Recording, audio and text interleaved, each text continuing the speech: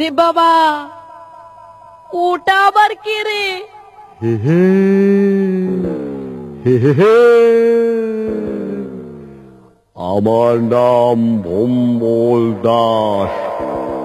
তোমার পেট এত মোটা কেন? আমি যে অনেক খাই। তুমি খালি গায়ে কেন? অত বড় জামা নাই। তোমার কাঁধে ওটা কি? কম্বল।